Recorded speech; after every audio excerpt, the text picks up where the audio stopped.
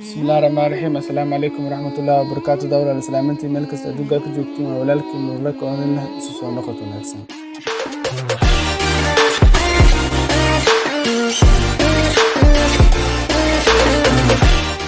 ما أنت حين هاي مخالعات يا أبي حسب وأنا حيسجلين دون إن شاء الله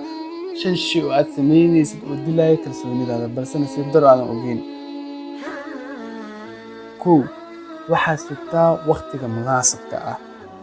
waan ogahay waxaad leedahay hadaf iyo yool aad rabtid inaad ka dhabayso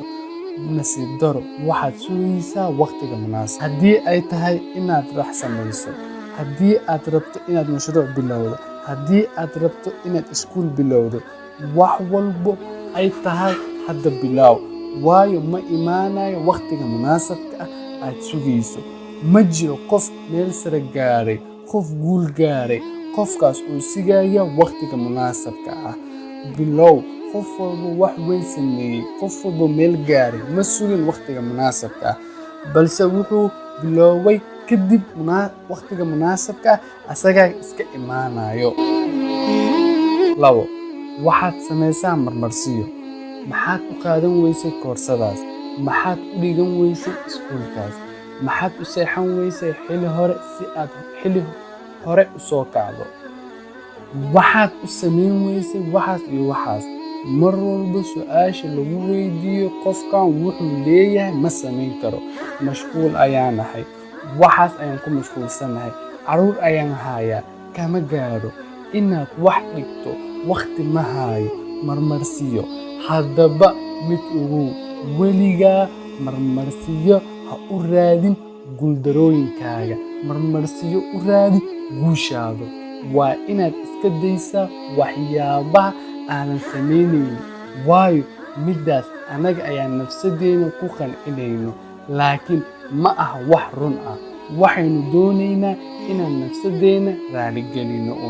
laakiin marka aan si dhab u fiirino meesha ma jiro wax marmarsiyo ah haddaba marmarsiyada waa inaad joojisaa waayo marmarsiyada waxay dilaysaa kalsoonidaada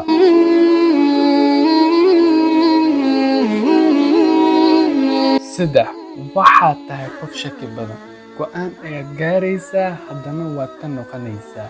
jadwal ayaad samaysanaysaa haddana kuma soconaysid shakiga badan noqnoqoshada badan mar walba waxa ay keentaa kalsooni la'aan dadka nafsadooda ku kalsoon marnaba kama noqdaan go'aanka ay gaaraan waa ay fuliyaan waa ayna ka dhaweeyaan hadafkooda haddaba waa inaad marnaba ka noqon kana shakin go'aanka aad gaartay waxaad ka cabsanaysaa inaad guuldaraysid dhib ma leh laba baad leedahay inaad guulaysatid go'aanka aad qaadatay ama inaad ku guuldareysatid marka guuldareysatidna macnaheedu ma aha inay nolosha meesha ku dhammaatay balse macnaheedu waxa ay tahay inaad ka baratid inaad wax ka faa'iidaysatid waxaadna ogaanaysaa meelaha aad ku khaldan tahay maxaad khaladay maxaad sida rabin u samaysay wax baad ka baranaysaa haddaba labada dhinac waad ka faa'iidaysaa oo mid kuma khasaaraysid afar waxaad dhahdaa mar walba haa haddii lagu yiraahdo soo bax meeshaan ayaan aadaynaa waxaad dhahdaa haye ina keen waxaas ayaan u baahanaa waayahay mar walba waxaad tahay adiga qof diyaar ah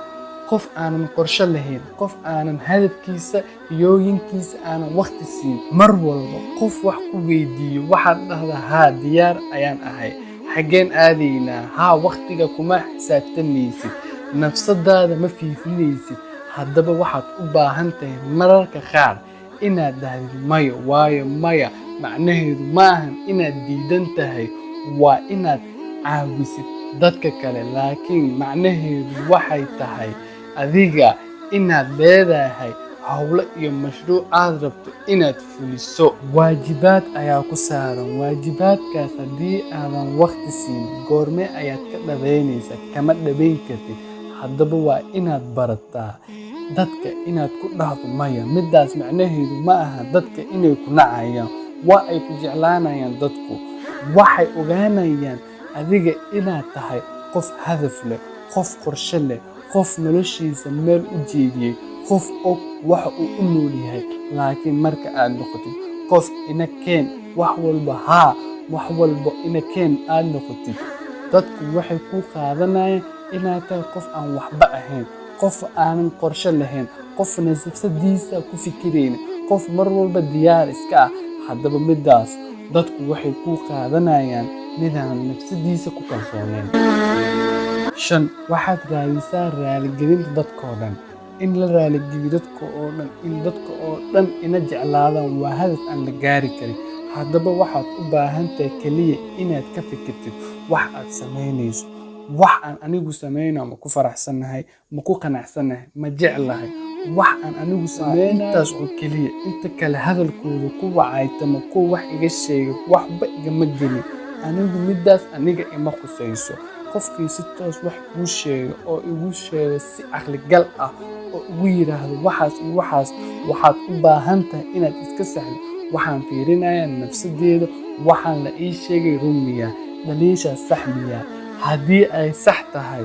waan bedelaya, waan qaadanaya waanadaas. Laakiin dadka kale iska caaytama ee wax uun iska sheega, dadkaas dhigaha ayaan ka xareynayaa. Kaliya aniga muhiimadeedu hadafkeedu waxay ku aadanaanaysaa waxaan aniga samaynayo. Haddaba weligaa ha isku muujin oo ha isku fikirin dadka oo dhan inaad raaligeliso, waayo midaas waa mid aan weligeed gaari karin.